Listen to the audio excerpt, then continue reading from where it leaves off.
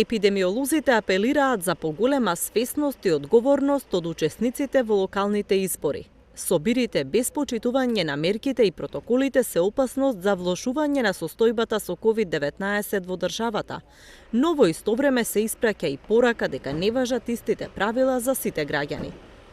Во една држава, во едно демократско општество, значи, мерките ако важат за некој, ќе важат за сите. Ако е кампања, не е битно дали е политичка или било каква, тогаш треба сите граѓани, односно учесници во таа кампања, во тие митинзи, да се придржуваат кон тие мерки.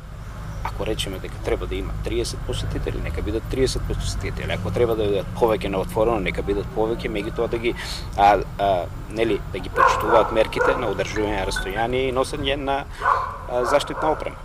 Меѓутоа гледаме дека тоа едноставно не се случува. Олумчев вели дека COVID-19 е во широка трансмисија во земјата и според него нема никаква корист од барање контакти на заразени лица. Тој смета дека целиот овој процес е залудно трошење време и енергија. Кога сте во фаза на широка распространетост на вирусот, нема тука вие што да барате кластери, да правите анкети, да се малтретирате вие и луѓето, да губите драгоцено време и да ги трошите ресурсите на административни работи кои не носат никакви резултати.